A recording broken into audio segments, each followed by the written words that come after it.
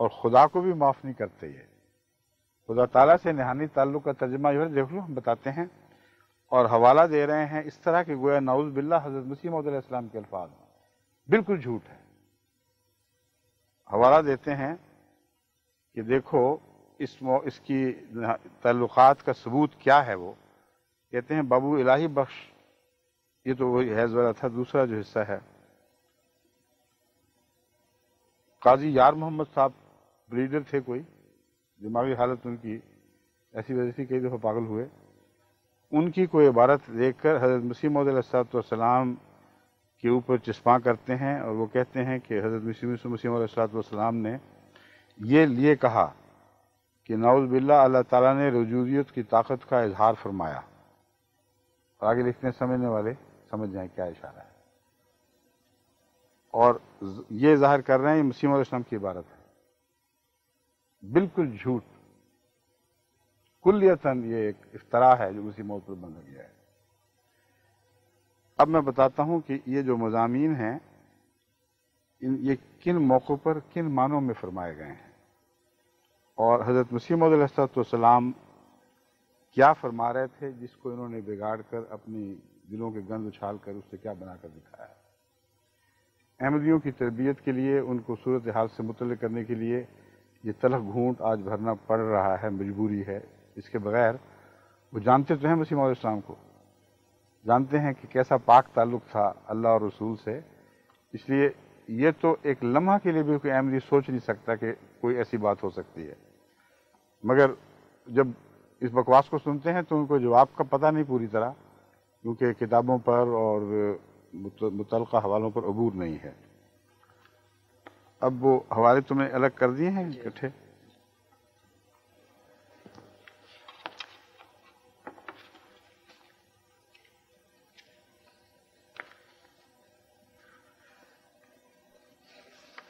پہلے حضرت کے حوالے چاہیے.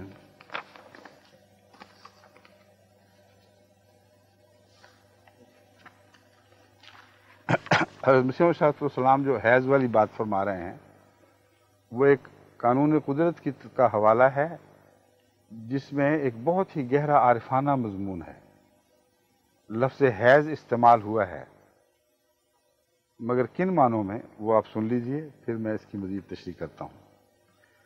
فرماتے ہیں حیض ایک ناپاک چیز ہے، کیونکہ خون سارے ناپاک ان معنوں میں ہوتے ہیں کہ باہر آتے ہی بدن سے ان میں تعفن بڑی تیزی سے شروع ہو جاتا ہے. اور حیض کے خون میں خصوصیت سے یہ مادہ ہے کہ بہت جلد وہ تعفن پیدا کرتا ہے.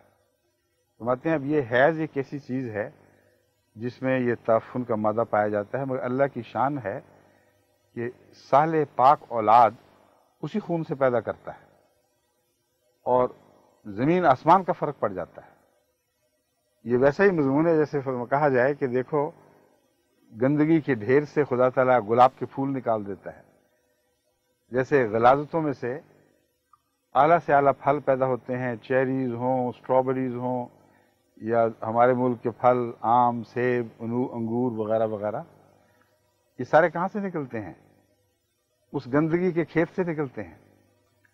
اور اگر کوئی مولوی یہ بات سنے اور یہ کہے کہ دیکھو جی، یہ کہتے ہیں ہم گند کھاتے ہیں، ہم غلاظت پہ منہ مارتے ہیں، یہ کہتے ہیں دیکھو جی انار اس سے گندگی سے نکلا، سیب گندگی سے نکلا، کتنا لغو خیال ہے، اور کہہ کے مارنا شروع کر دے کہ یہ پاگل ہے.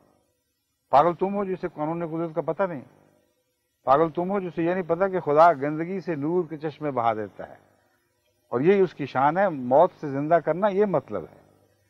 چنانچہ حضرت مسیح موعود علیہ السلام ان معنوں میں بیان کرتے ہوئے فرماتے ہیں حیض ایک ناپاک چیز ہے، مگر بچے کا جسم اسی سے تیار ہوتا ہے. اسی طرح جب انسان خدا کا ہو جاتا ہے تو جس قدر فطرتی ناپاکی اور گند ہوتا ہے جو انسان کی فطرت کو لگا ہوا ہوتا ہے، اسی سے ایک روحانی جسم تیار ہوتا ہے. ایک عارف باللہ روحانی باتیں کر رہا ہے، روحانی مثالیں دے رہا ہے. مولویوں کی دیکھو پہنچ کہاں تک ہے ان کے دماغوں. فکر ہر کس بقدر ہمت ہے اس، کیونکہ ان کی تنہائیاں گندگیوں سے بھری ہوں گی.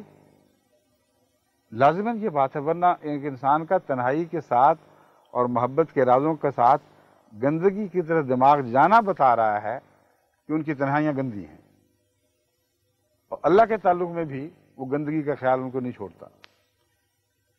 فرماتے ہیں اسی سے ایک روحانی جسم تیار ہوتا ہے، یہی تمس انسانی ترقیات کا نتیجہ ہے، یہی تمس انسانی ترقیات کا نتیجہ ہے۔ اسی بنا پر صوفیاء کا قول ہے کہ اگر گناہ نہ ہوتا تو انسان کوئی ترقی نہ کر سکتا۔ آدم کی ترقیات کا بھی یہی موجب ہوا۔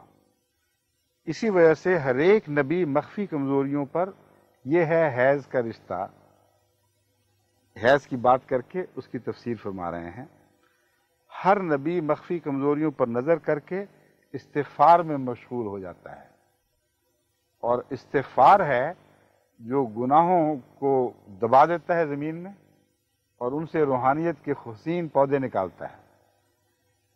استغفار میں مشغول ہو جاتا ہے، اور وہی خوف ترقیات کا موجب ہوتا رہا ہے۔ خدا فرماتا ہے ان اللہ یحب التوابین و یحب المتطہرین، اللہ تعالیٰ فرماتا ہے کہ اللہ محبت فرماتا ہے کثرت سے توبہ کرنے والوں اور اس کی طرف رجوع کرنے والوں سے، اور پاک اور صاف ہوتے چلے جانے والوں سے۔ بس ہر ایک ابن آدم اپنے اندر ایک حیض کی ناپاکی رکھتا ہے، مگر وہ جو سچے دل سے خدا کی طرف رجوع کرتا ہے، وہی حیض اس کا ایک پاک لڑکے کا جسم اختیار کر لیتا ہے۔ یعنی وہ گناہ کی قوتیں پر ایک خدا تعالیٰ کا تصرف وارد ہوتا ہے، اور جس طرح گندگی سے بہترین پھول اور پھل نکلتے ہیں، اسی طرح اسی گناہ کے بنیادی مادے سے جو ہر انسان میں موجود ہے، جس کے ثبوت یہ ہے کہ حضرت صلی اللہ علیہ وسلم نے فرمایا کہ ہر شخص کے جسم خون میں رگوں میں شیطان دوڑ رہا ہے۔ حضرت مسیح علیہ السلام اپنی طرف سے تو کوئی بات نہیں کرتے۔ حیض کی ناپاکی سے شیطان کی ناپاکی کم ہے؟ بہت زیادہ ہے۔ ایک تمثیل ہے جس پر غور کرو۔ فرماتے ہیں کہ وہ سچے دل سے خدا کی طرف رجوع کرتا ہے، وہی حیض اس کا ایک پاک لڑکے کا جسم تیار کر دیتا ہے۔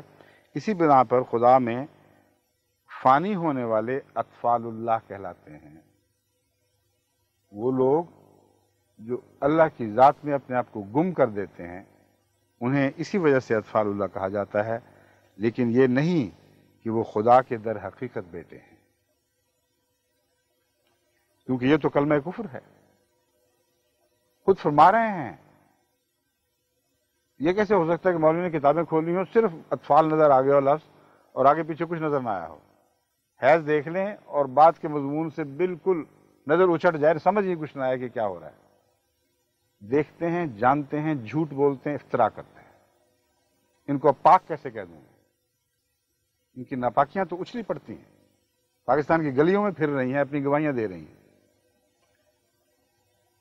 فرماتے ہیں لیکن یہ نہیں کہ وہ خدا کے در حقیقت بیٹے ہیں، کیونکہ یہ تو کلمہ کفر ہے اور خدا بیٹوں سے پاک ہے، بلکہ اس لیے استعارہ کے رنگ میں وہ خدا کے بیٹے کہلاتے ہیں کہ وہ بچے کی طرح دلی جوش سے خدا کو یاد کرتے رہتے ہیں۔